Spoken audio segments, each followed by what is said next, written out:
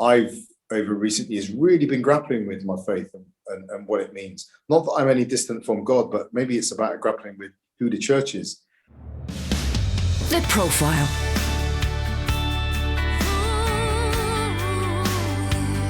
You're listening to Premier Christian Radio. Hello and welcome to The Profile here on Premier Christian Radio. I'm Sam Hales, editor of Premier Christianity magazine that sponsors this show. Today on The Profile, I'm really pleased to be joined by Marvin Rees. Marvin is the recently re-elected Mayor of Bristol.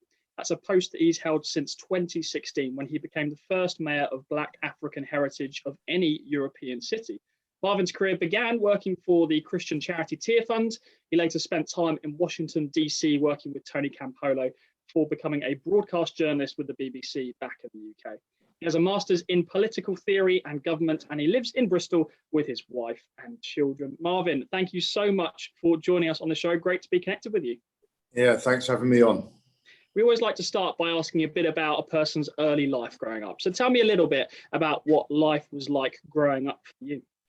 Yeah, well, I think I describe my childhood. You know, I had a loving family, and I know that my family loved me and I was wanted, but life was still quite tough. My mum was single. We didn't have much money. My sister came along too. I'm a mixed race kid. 1970s Britain, so you got kind of National Front rolling around. You got racial fractures. That gave me quite a challenging childhood. I think I look back on my childhood now and I realise just how I wasn't happy lots of the time.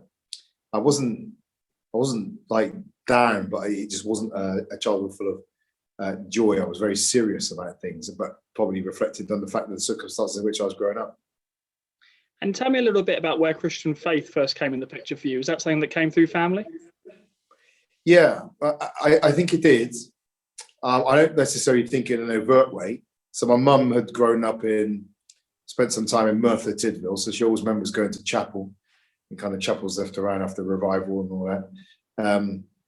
But I just always believed as a kid. I just always had a sense of the infinite, a person, God, and that's always been with me. Then when I moved from Lawrence Weston, which is a big housing estate on the edge of Bristol, to Easton, I went to St. Nicholas, which is a Catholic primary school, and the teaching about God was obviously a lot more coherent there. To me, it was natural. I can remember standing up in one of our mass and saying I wanted to be a priest. I think that I don't necessarily think I did, but it was an early expression, I think, of my desire to do something. And then at the age of, I think, about 10, Mum met some old friends who invited her to church, to what they called a crusade at the time, not the language we'd use now. And I went up and they said, you need Jesus in your life. And as a kid, I thought, well, of course you do, and responded. And ever since then, with various degrees of commitment and success on my part, I've been, trying to be a bit of a disciple. I wanted to ask actually a bit about that. You say varying degrees of commitment and success, which is a lovely way of putting it. But the question I wanted to ask was, how has faith changed and developed over time? So I guess from a childhood faith, I love the way you put it I was a child and I thought, yeah, of course you need Jesus in your life. From whatever you understood then to today, I imagine there's been a lot of progression and change. And how would you articulate some of how your faith has changed since that first? Yeah, I change is an interesting word. We can play this. I'd probably call it developing. So I think many of the things I was committed to as a child, many of the things I do now are from my own experiences, right? So the commitment to tackling poverty, to building an inclusive city, to one in which people have hope, and then the practical outworkings of that, building affordable homes, trying to tackle period poverty, trying to tackle child hunger, trying to support the economy so we've got decent jobs for people, we've got a living wage. All that is, you could trace that back to our seed. So it's been growing through time. My journey with God is changed, is developed too. So I remember being quite kind of literal and explicit about my faith, but I also I really began to develop an understanding of my Christianity when I studied my first master's in the politics of Black America.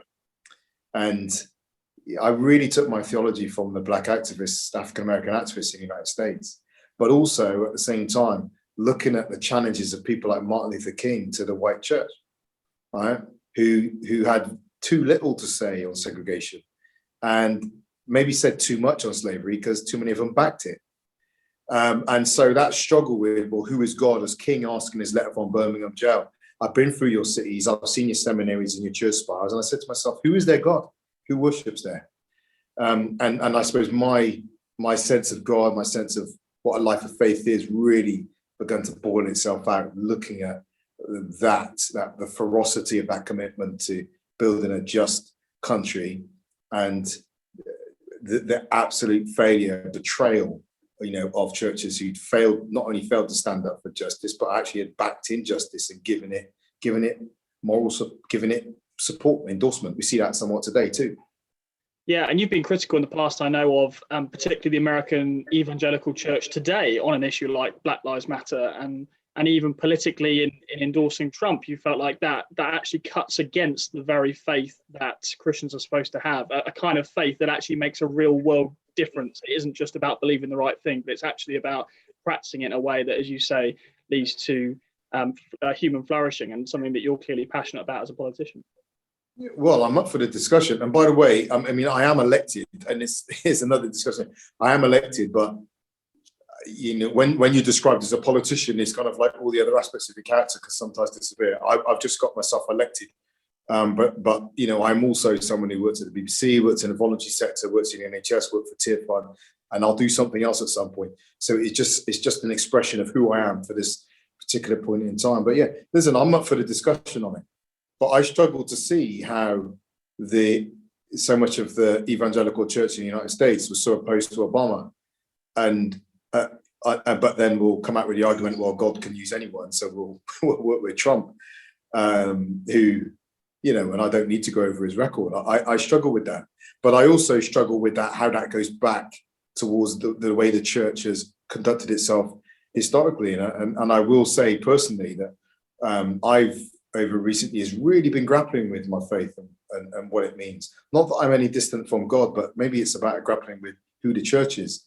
And I think that one of the biggest sources of what I would call anti-testimony as to God is actually the political positioning of the church that's rallied behind that kind of reactionary, simplistic, alienating, othering, dare I say, angry with a tinge of hate politics. It's interesting you say that about, reassessing or re-examining faith, because I think a lot of people would find themselves in agreement with that in recent years, and looking at some of the things that happen in the world and think, well, actually, where does my faith come in here, and rethinking things. Are you able to articulate in the last few years what kind of has developed, or how your thinking has moved on in that way when it comes to your faith and theology? Yeah, I think it's much more, it's messier. Maybe that's a way of putting it. I remember the phrase when I was growing up, if you don't know, you're not. And there was this idea in the world of faith that I'd come into contact with through Christian Union at university and all that, that you had certainty was the mark of faith, right? And I would also say, I did hear it on this TV channel the other day as well. Someone's kind of talking about almost putting your brain aside, don't trust your senses was the comment. Don't trust your senses, trust the word. But by the way, I'm going to tell you what the word says. So so I kind of, obviously I was on a learning journey, and I would listen to older people in that sense that you have to have certainty, you have to know, and don't trust your feelings and emotions in your brain. So I kind of struggle a lot more. I'm much more comfortable with complexity today and risk. In fact, I think that's, look, the parable of the talent says that in many ways for me. You don't stand before God and get rewarded because you stood on the touchline, kept yourself clean, didn't get in the game. You get rewarded because you took a risk. The risk of the person who invested their talents was that they wouldn't get a return, right? That they would fail in their investment. You know what? Sometimes that happens. I I suppose where I've got to in my faith is that it has to do something, and it has to do something with my fallen self in an imperfect country with an imperfect political party in a broken political system in a fallen world and all the rest of it. You know, somehow I've got to line all these things up and try to make something happen. And you know what? Some days it won't happen. But my call is not necessarily to win every time, you know, even though it's nice to do that. My call is to take the talents I've got in the face of the challenges and opportunities that are facing me and try and make good things happen for my fellow human beings. I'd love to hear a little bit about what the state of the church is like actually in Bristol. Having visited myself, I know there's actually a lot of Christian history in Bristol for one thing, but given given your role as mayor and given your own personal faith, how would you describe the churches in Bristol today? It's been a really interesting journey watching the church, and actually I'm not overclaiming what I mean, but clearly I'm of the church, in so many ways. Growing up in the church, Andy Paget in Trinity Tabernacle, then working for Tier Fund, working for Jim Wallace, working for Tony Campolo, coming back, being a member of Woodlands and Hope Chapel, going to Vineyard for a while. So I've had all these, and then I pop and run for mayor. And so the church has been interesting in the city. Now, Bristol's churches have, and certain ones in particular, have always been involved in good city engagement. Whether you're talking about projects like 125 that work with women in street prostitution, faith groups working with women in brothels, children's services outreach. We've got George Muller Heritage in the city with the Muller Foundation.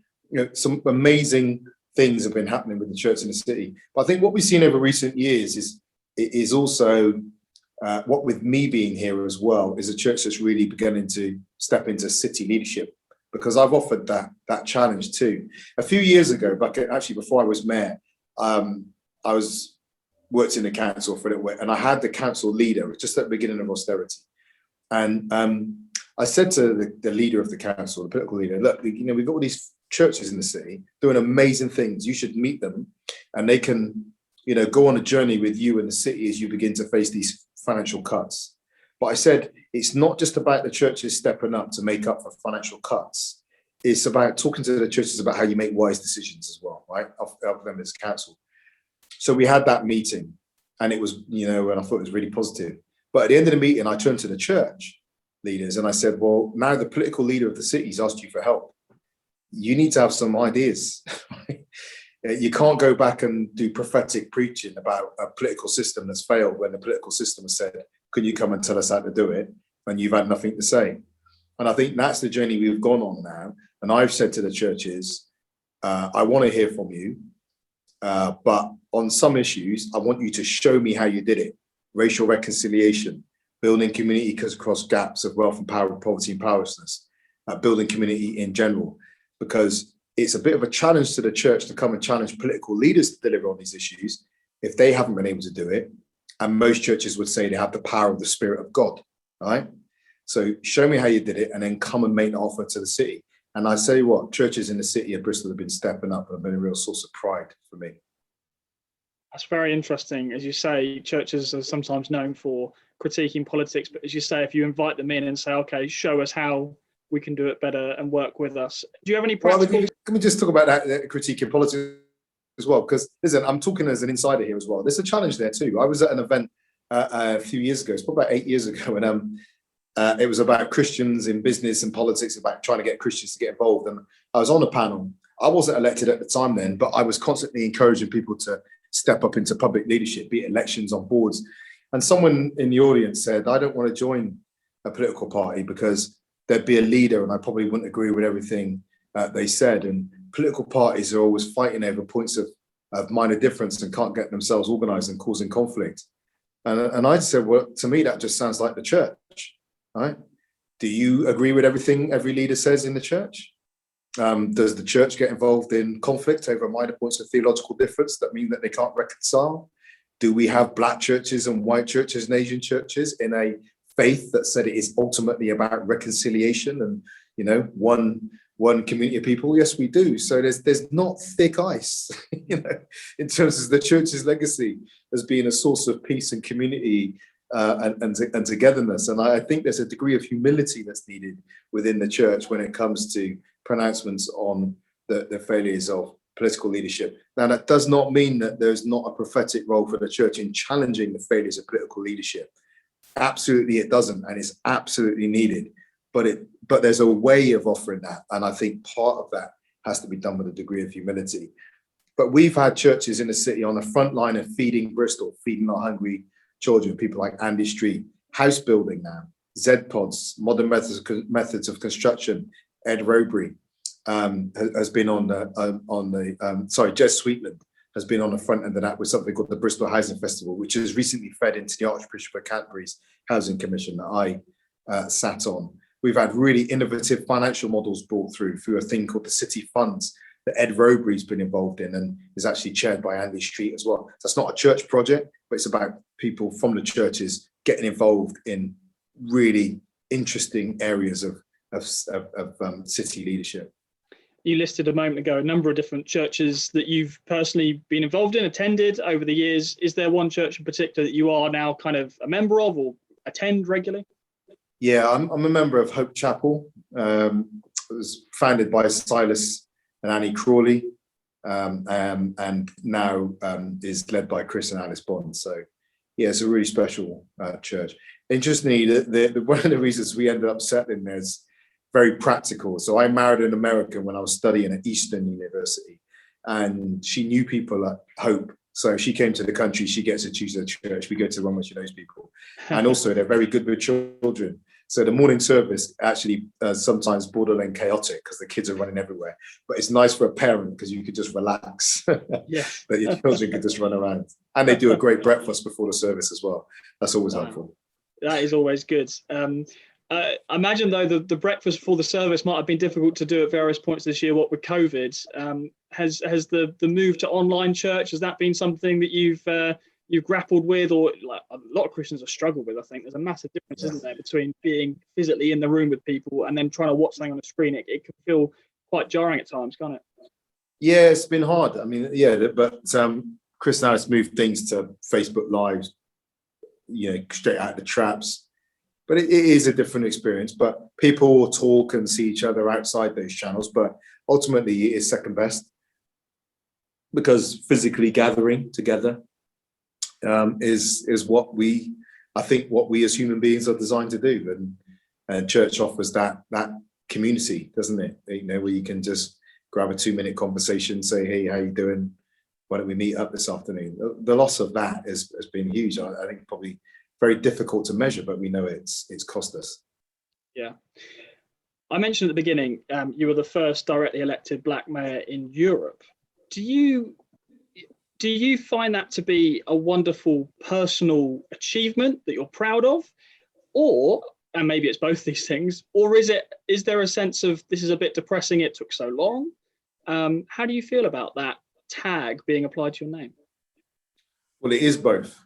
I welcome it. I like telling a story. It's a proud thing for me. It's great for me to be able to share with my children as I encourage them to think big for what they can be, to be ambitious. So that's a great source of pride. But yeah, it's odd. When I went to the Congressional Black Caucus just after being elected in 2016, went over with Operation Black Vote, and I was introduced to a room of African-American mayors, probably about 170, 180 in the room. And when I was introduced as the first mayor of African heritage in Europe, which of any major European city was saying, we can't quite locate, but there have been rumors that there was another mayor of a small town somewhere. But any major European city, that is certain. Sure. There was a gasp around the room. It's like, really? We've had African-American mayors for all the racial tension and inequality, and they've had the Barack Obama, the Condoleezza Rice, the Colin Powells, the Andrew Youngs. They've had these people, and we haven't had that in Europe. And it just shows the kind of different ways that race and racial hierarchy can play themselves out. Because interestingly, in Britain, we were a lot more comfortable with interracial mixing. So the Americans have had the political, intellectual, entrepreneurial class in Britain. We haven't, but we've been more comfortable with interracial relationships and friendships. You're listening to Premier Christian Radio. I'm Sam Hales. Thank you so much for joining me for The Profile this afternoon. It's great to have your company. I am interviewing Marvin Rees. Marvin is the Mayor of Bristol, so we're talking about his Christian faith and also other issues related to the church and politics in Bristol and beyond. Really interesting person to talk to. So I hope you're enjoying this conversation with Marvin Rees. There's lots more coming up for you. We're going to just take a very short break. We'll be back. Before we go to that break, wanted to remind you that this show is brought to you in association with Premier Christianity magazine. That's the UK's leading Christian magazine. And we have got a superb special offer on for you right now. I'm the editor of Premier Christianity magazine, and for only £1 a month, you can get the print magazine delivered to your door, and you get full online access, and you get the Premier Christianity app. So you'll be able to read the magazine in print and online for just £1 a month for your first 3 months. That's a special limited offer just for this summer. So head to premierchristianity.com right now to take advantage of that special offer. £1 a month for your first 3-month subscription to Premier Christianity magazine, the UK's leading Christian magazine. Go and get that offer right now at premierchristianity.com, and we'll be right back after this. More. More. More. More. More. More. We often want more, but is it always a bad thing? Isn't wanting more knowledge a good thing? What about more understanding? More perspective. More wisdom? More action? More inclusion. Discover more of the good things at the brand new Premier Christianity magazine website. So much more than a monthly magazine, Premier Christianity website helps you go deeper in your faith and is full of inspiration of what God is doing in the world today. It's Premier Christianity, but so much more. Register today at premierchristianity.com. premierchristianity.com. So we're speaking, of course, 1 year on from when Black Lives Matter protesters took down the statue of Edward Colston and threw it into the harbour. Yes, a very polite way of putting it. Tore it down. Is tore it down preferable? I've used the word hauled, but yeah. Hauled, took, or teared down. I mean, this is going to sidetrack us, but it is interesting, of course, even in this conversation, exactly what language is used is very important, isn't it? And we can maybe talk about that in a moment. But anyway, Edward Colston, slave trader, and that, of course, resulted in national, international headlines, press. It became a huge talking point in the middle of that movement of Black Lives Matter. Now, I think it's fair to say you found yourself in a slightly conflicted position, arguably, because you said, of course, as Mayor of Bristol, you would not condone criminal damage. But you also said it was an incredible moment for Bristol. You talked about how it was historic. You're not a bit conflicted on that? No, yeah, absolutely. But isn't that the case in most of our realities? That we live in a complicated world, and in a complicated world, sometimes two things can be true at the same time, and they're not, easy bedfellows, right? They eat each other, they conflict with each other. So my point was that, yeah, I cannot condone criminal damage, but I'm not going to pretend that that having a statue to someone who made their money from the kidnapping, enslavement, killing, torture, exploitation. And you know what's at the end, remember, slavery was not just about people going picking cotton and cutting sugarcane.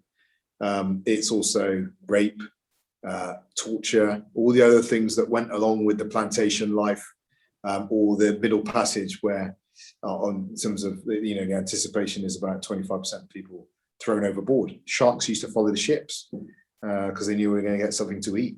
So you got to think about the full horrors of what went on. Do I lament the loss of a statue, the removal of a statue, put it polite, to someone who made their money like that? No, I don't. Do I think there are better people we could be celebrating, or movements, that we could choose to remember? Absolutely. All the people that fought for the rights of working class people, the dockers who fought for women's rights, for children's rights in the city, have made incredible contributions who've been lost to our public consciousness, while someone like Colston has been, emblazoned in our public consciousness. The Church of England has issued guidance recently on some statues that will exist in churches around the UK to similarly controversial, to put it mildly, historical figures who many people feel like they deserve to be torn down as well. And the Church of England is basically allowing individual churches to make up their own minds as to whether they locally want to remove or put plaques next to certain statues to give explanations. What was your reaction to that move from the Church of England to basically say to priests, this is something you need to be thinking about, and here's some guidance on how to reassess these statues and these plaques that are in your church building? I think there needs to be, again, if I talk about contradictions here, there needs to be a certainty around this, right? What are we about? What do we stand for? The symbols we use, right? The symbols, the people we choose to remember, and the symbols we choose to use for those memories tell us about who we are and what we stand for, all right? One African American who worked in New Orleans he said he was at an event discussing memorials, and he said, "Can't you find people to celebrate who didn't kidnap people and rape people and exploit them?" He said there were loads of people you could choose. Why do you choose these people and then invest your heart loyalty towards those people when we could just go through the history books, do some better quality history, and find people. No one's perfect, but we can find some upstanding people. So I think making a clear statement, reminding us what we stand for, what we say our values are, but then you have to be, I think there's an element of gentleness in there as well. And you have to make space for people to go on their journey and say, well, this is what we're about. Now you go on your journey with your building and you make a decision about whether your building stands up for that. One of the points I've made about Colston is that if you want to advocate for the statue to remain and statues to these kind of people to remain, that's fine. That's your business. But let's just be honest about it. Don't argue for things to remain because you're going to say this was a good person and was morally superior to everyone else. All right. Let's just be honest and fulsome in our historical understanding and make the decision in that context.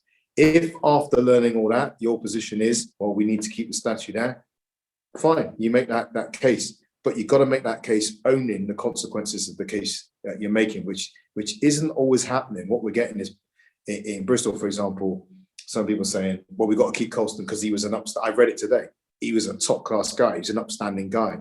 Well, that's not accurate. That's not historically accurate. I get what people would say about historical context and that, but that's not, let's just be honest about the history. But the historical context argument in this case presumably has been answered in that those who say, well, we can't forget history, surely those people who argue that should be happy with what has been happened, which is this is now in a museum and there is explanation about who he was, about why it was taken down, and it is now set in a historical context within a museum. So has not that side of the argument been answered by the way that you've dealt with the statue? Well, I'd hoped it has, because again, what we've done with the statue on that very point is we set up a Bristol History Commission chaired by Professor Tim Cole from the University of Bristol. Now, that History Commission is not a lobby group. It's not a campaign organisation. They are professional historians. And there's a reason we did it like that.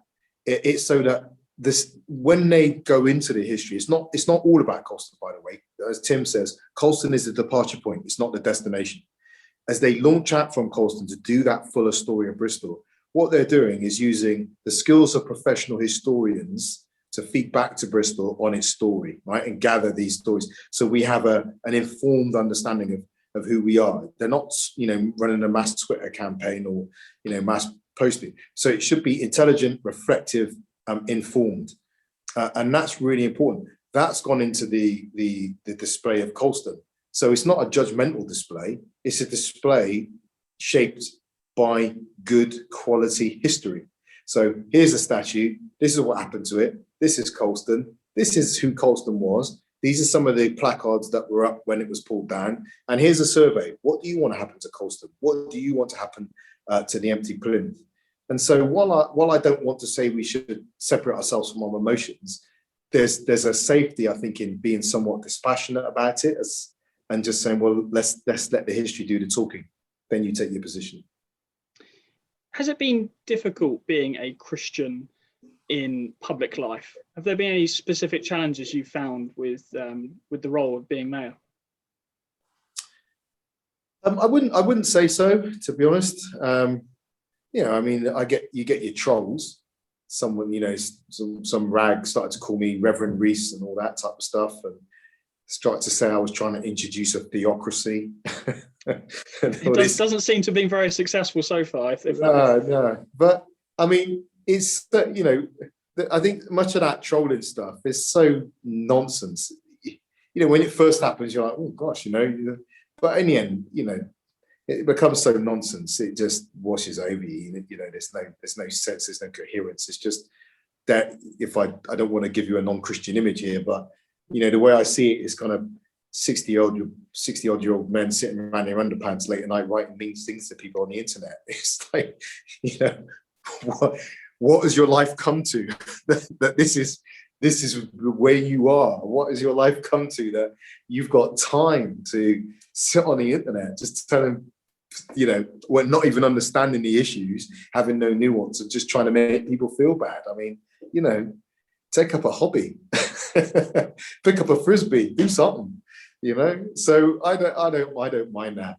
And again, I've never been embarrassed about it. One of my points, people have made points about my Christianity, but look, if I say that I grew up living with my mum, we spent time in a refuge, life was tough, it was a bit of domestic violence and all that type of stuff, and me having a sense of calling, of purpose, of meaning that came from my belief in God, if I say that helped me escape the circumstances of my childhood, what business is that of yours to say, no, you're not allowed to believe that?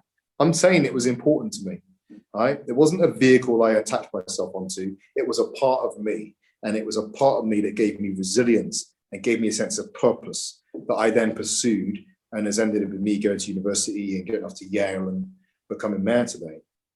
So in many ways, I kind of like quite belligerent about it. It's my business. But what we do is judge me by the results. What's your problem? We're trying to build affordable homes. We're trying to feed kids. We're trying to decarbonize the economy. We're trying to build a mass transit system, trying to get more people involved in public life, of all faiths and none, actually, as well. And I will say, actually, big shout, I had massive support from the mosques right from the beginning as well, as a believer. Interestingly, and that's the challenge, the mosques were much more overt and supportive of me in the first election than the churches were. Right? Because I think the churches were scared of electoral politics.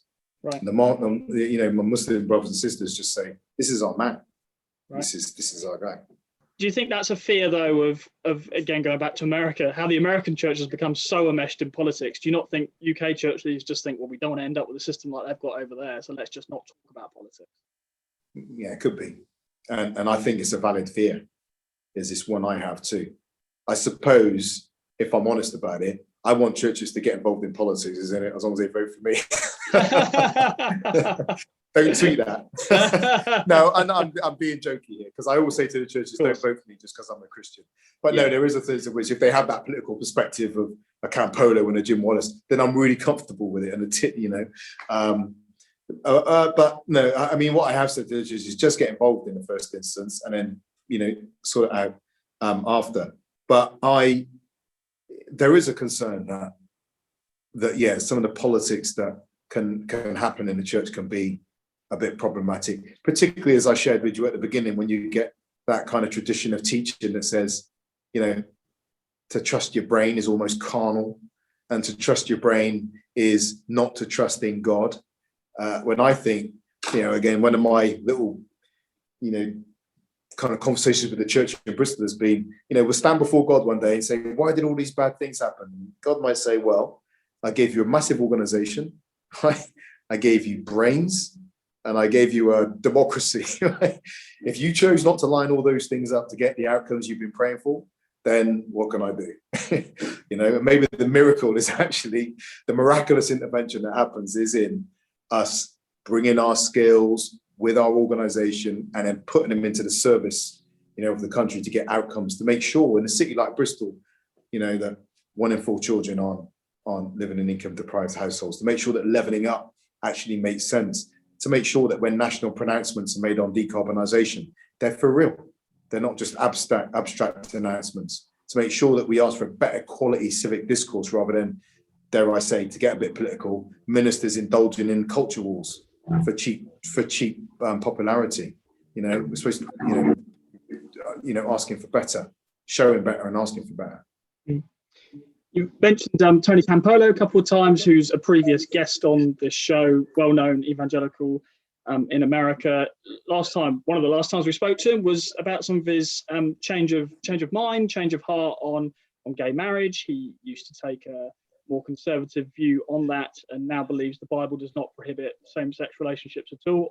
I'm aware, you've made clear your support for gay marriage, and attended Pride events, so clearly it's not a problem for you either. My question was just, have you had a similar experience to Tony Campolo, in that was there a change of mind that needed to happen theologically on that issue, or is that something you've always believed, that gay marriage is something that is should be encouraged, and theologically that God would not have a problem with it?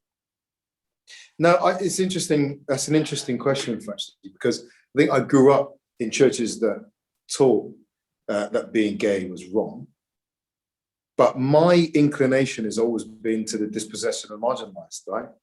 So, and any teaching that has, even when I didn't know, any teaching that kind of pushed me towards further marginalizing people, I've always felt uncomfortable with it. So interesting, when I went to Washington, DC, I had a number of questions that I wanted to work through in terms of faith. And one of them was about biblical attitudes to gay people. And I ended up living in Columbia Heights, which is just up on DuPont Circle. And the first church I went to, and I'm going to do this in inverted commas, was, in quote marks, a gay church, right? Or a church that welcomed gay people.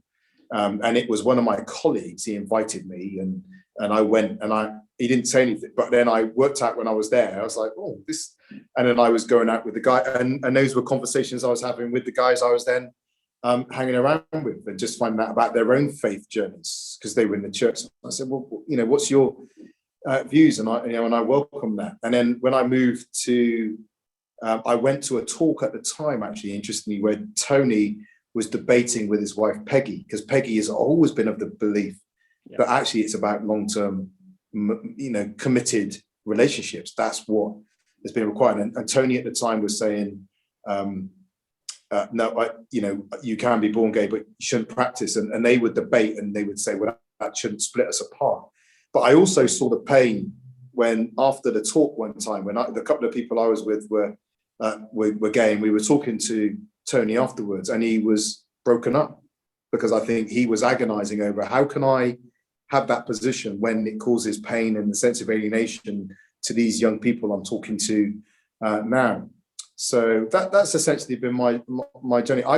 One is, I think there are more important things than what people do to pivot a faith on. For example, people want to get so het up about morality, talk about the fact that Black people are born destined to die earlier than white people in the United States, a country that says in God we trust and puts it at the heart of it. Talk about the number of kids that are dying every day. In the hierarchy of priority issues for the church to get excited about, I think it's about poverty, inequality, exploitation, and dare I also say, the church's historical participation in regimes of injustice that should really, I would put at the top of my list. It is incredible when you look back at church history and you just think, how on earth were Christians walking around, for example, killing people and waging war, and it was justified theologically, and then obviously slavery and everything else. Do you ever find yourself wondering, will Christians in 200 or 300 or 400 years time look back on us and think, how could they do X, Y, Z? I'd imagine so. Well, I don't know. I mean, Martin Luther King makes the point, doesn't he, that people make the easy assumption that time leads to progress. And in fact, he says people of ill will have used time much more effectively than people of goodwill. It doesn't. So I don't know whether there'll be any, deep moral, kind of advance where we'll look back with any deep reflection. I certainly don't buy into the moral decay argument over the centuries as well. I love, again, I mean, I haven't spent a lot of time in the US, but here, you know, when people talk about having values disappeared, right? What value? You know, so it's neither moral decay nor moral progress for you. Neither. Yeah, I don't know. I think you can make the case either way. I mean, we used to have kids up chimneys, didn't we? You know, and that was that the height. Was that when we had God in the center? In the United States, they talk about, you know, having prayer in schools. Well, that didn't help black kids that weren't allowed to go to schools with the white kids, did it? You know, so it's a mix in it. It's a mixed bag. Just finally, then, I did want to ask you. You've got another 4 years. What do you want to be? 3 years. No, 3 years. Excuse me. You've got another 3 years. If there's just one thing you can do in the next 3 years, and I'm sure you'll do 25 or more, but if there was just one, what do you want that to be in the next 3 years? What's top priority? Build affordable homes for people. I think it's the single most significant policy tool for social outcomes, but also the kind of homes we build and where we build them will determine the planetary price paid for us meeting the needs of our population. It'll be one of the biggest determinants of the price the planet pays in terms of carbon and loss of nature. All right. Well, Marvin Rees, thank you so much for talking to me. It's been a real pleasure. Really enjoyed it. All right. Thank you very much. I'm Sam Hales, and that was my interview with Marvin Rees, the Mayor of Bristol. I really hope you enjoyed that conversation. I certainly did. Really interesting stuff to delve into issues related to Black Lives Matter, race, also his Christian faith, how his faith has changed over time, his experiences both in America and the UK. So I hope you enjoyed that conversation. We've also written up that interview and put it in the latest issue of Premier Christianity magazine. If you enjoy the profile here on Premier Christian Radio, you are sure to love Premier Christianity magazine. Every month we give you the latest news, but we also tell you what it means. We analyse, we give comments, we give explanation, we open up the big issues facing the UK church and beyond today. So why not take advantage of our very special offer? It's only running for a limited amount of time, but you can now get the print magazine and full online access for only £1 a month. £1 a month for your first 3 month subscription to Premier Christianity. Take advantage of that special offer right now at premierchristianity.com. Have a wonderful rest of your weekend, and we will see you next time.